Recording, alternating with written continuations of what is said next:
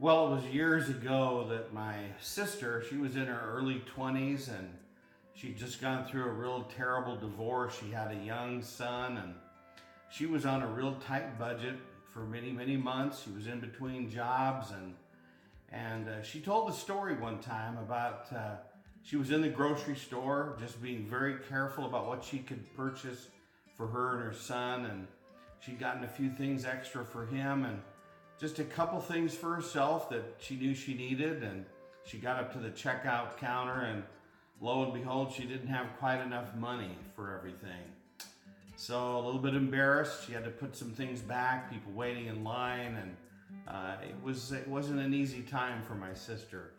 But anyway, she was able to get all of that out to the car with her son, got him strapped into his seat, and just as she was beginning to pull away, here came a gentleman out with two big sacks in his hand, and he said, "Ma'am, I was behind you in line, and you forgot some things."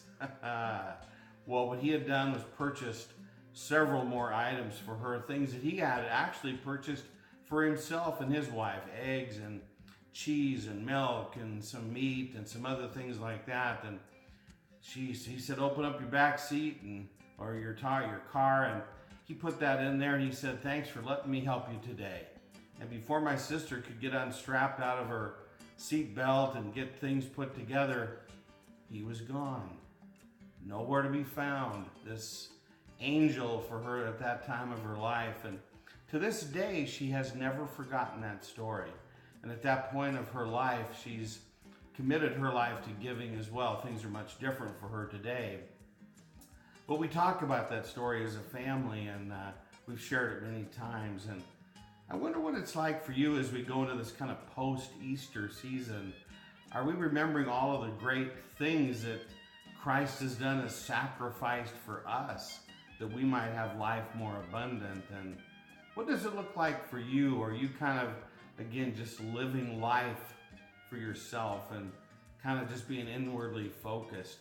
I hope you'll take a look at things in your life today and how you can be a blessing to others. You know, we look at the great verse in the Bible, John 3:16, "For God so loved the world that he gave his one and only Son, that we might have life more eternal," is what that says. But how about 1 John 3:16?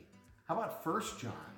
We looked that up as well. It says, you know what great love is? You know what it looks like? That I would lay down my life for you, and that you might lay down your life for someone else. It goes on to say that, you know, if you see someone who doesn't have something, don't just talk about it. Don't just think about it. Put your life into action and to help them. So I hope that's what you'll do this kind of time that we reflect on Easter, that you'll put your gifts and skills and talents into action, that you'll be a blessing to other people. I trust you'll do that this week. Take care.